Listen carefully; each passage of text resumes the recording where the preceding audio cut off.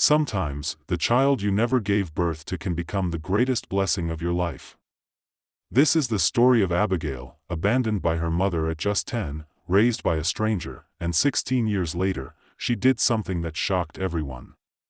Abigail was only 10 when her world shattered. She wasn't born into wealth or luxury, but she was born into love.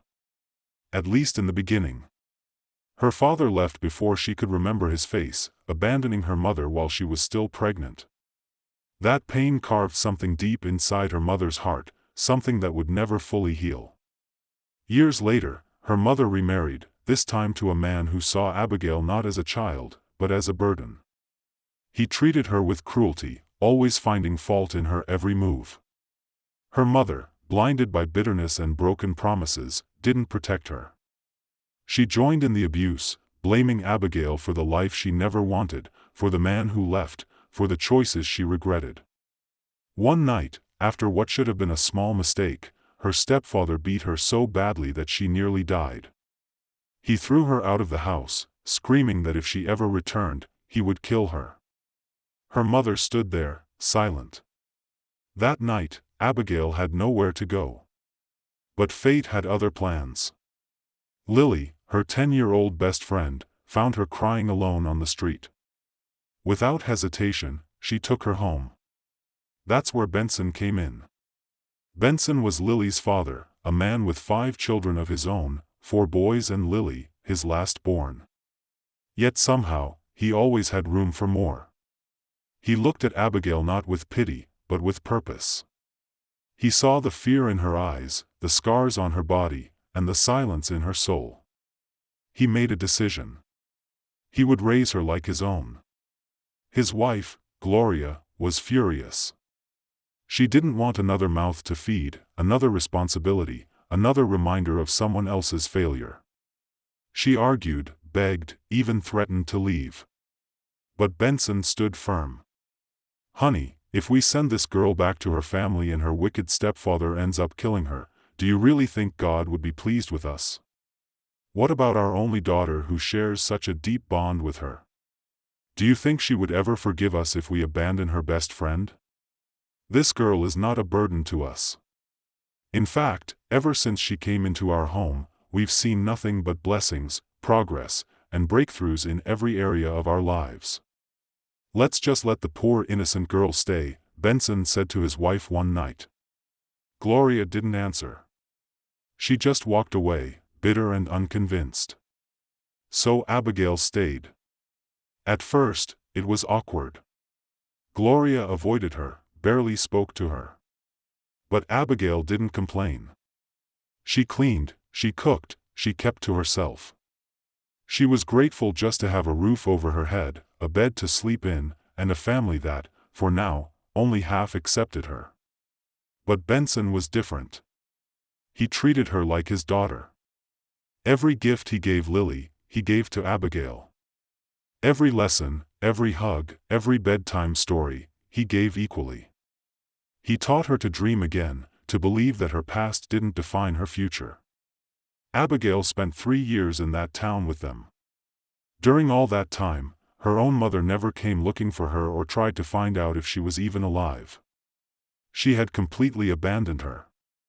Instead of showing love, she blamed the innocent poor girl for all her problems. She blamed Abigail for everything, her failed dreams, her broken heart. In her mind, Abigail was the reason her life went wrong. But Abigail didn't know that yet. She only knew that for the first time in her life, she felt safe and loved. After 3 years, Benson moved with his family and Abigail to a new house in a different town, far from where they used to live. He became the father figure Abigail had never known, giving her love, care, and protection. She became like a sibling to his children, and they all lived together as one family. Gloria still struggled to accept Abigail until one night everything changed. She had a dream, a terrible, vivid dream. In it, disaster struck, fire, flood, ruin. Standing in the middle of it all was Abigail, saving them. Waking up shaken, Gloria visited a spiritualist. "What does it mean?" she asked. The spiritualist smiled gently. "That girl," he said, "is no ordinary child. She is a star, a blessing sent to your family for a reason. She will lift you from darkness. Protect her." From that day forward, Gloria began to change. She cooked for Abigail, hugged her, called her daughter. When Benson noticed Abigail's voice, the way she sang in church, the way people stopped to listen, he enrolled her in music school without hesitation. Abigail's voice was more than just a gift. It was a miracle. From the moment she stepped into that music school, something awakened in her. It was as if every note she sang carried the weight of her pain, the depth of her resilience, and the fire of her hope. Her songs had power. They could bring people to tears, make them laugh, heal wounds they didn't even know they had. Benson and Gloria watched in awe as their once quiet, broken girl transformed into a shining light. She wasn't just learning music, she was becoming it. By the time she turned 19, Abigail had already won local competitions, performed at community events, and recorded small clips that began to spread across town. People started calling her the angel with a voice from heaven. But fame doesn't come without struggle. Even as Abigail's talent grew, so did the pressures around her. Gloria, still haunted by her early resistance to accepting Abigail, began to worry. She feared that success would change her, that the world would take her away from the family that had finally learned to love her. Benson, on the other hand, believed in her completely.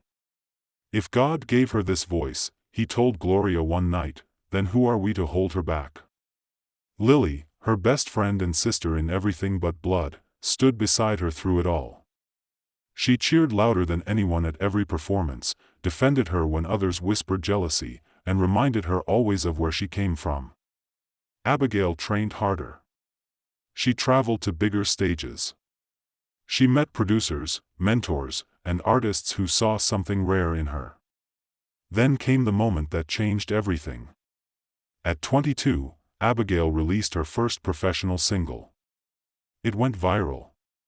Within months, she was signed to an international record label. Tours followed, music videos, awards. Everywhere she went, she carried the name Benson, Gloria, and Lily with her. In every interview, she spoke of the man who took her in when no one else would, of the mother who once resisted her but now held her tight, of the sister who never left her side. She never forgot where she came from. Abigail had everything the world could offer: fame, fortune, adoration. But none of it mattered if the people who made her matter didn't have the same peace she finally found. She had traveled the world, stood on the biggest stages, and sung to millions. Yet in every city, in every hotel room, one thought stayed with her: they gave me a life when I had none. So, while the world waited for her next album, her next tour, or her next headline, Abigail quietly stepped away from the spotlight. She disappeared from social media. No interviews, no events, just silence. Then something unexpected happened.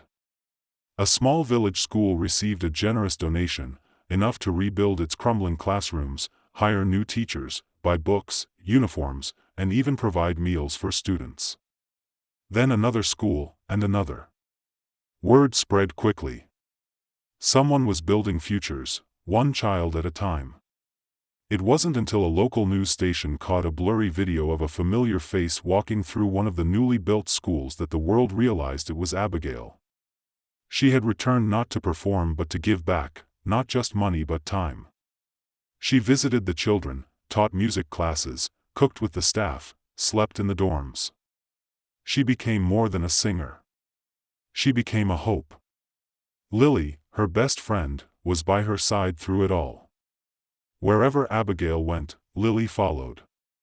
They were inseparable, so much so that fans began to call them twins. Soon enough, Abigail started introducing Lily as her twin sister. They lived together, played together, worked together, traveled the world together, and wherever they went, love followed. That night, she invited Benson, Gloria, and Lily to a private concert hall. Just them. No cameras, no audience, only love. As they walked in, confused but smiling, Abigail stood on stage wearing a simple dress, no lights, no makeup, just her and a piano. She smiled at them and said softly, "This is for you." She began to sing. Not a song from her albums, not something written by someone else. This was hers, from her heart. A song about a girl who was unwanted, a father who opened his door, a mother who learned to love, a sister who never let go. By the end of the song, there wasn't a dry eye in the room. Benson wiped tears with trembling hands. Gloria held Lily close, both overwhelmed with emotion. When Abigail finished, she walked off the stage and hugged each of them.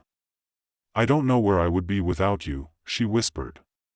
"So now, I'm giving everything back to you and to the world you helped me build." That night, she announced her new foundation, the Starlight Foundation, dedicated to helping abandoned and abused children find safe homes, education, and healing. She also released the song as a single.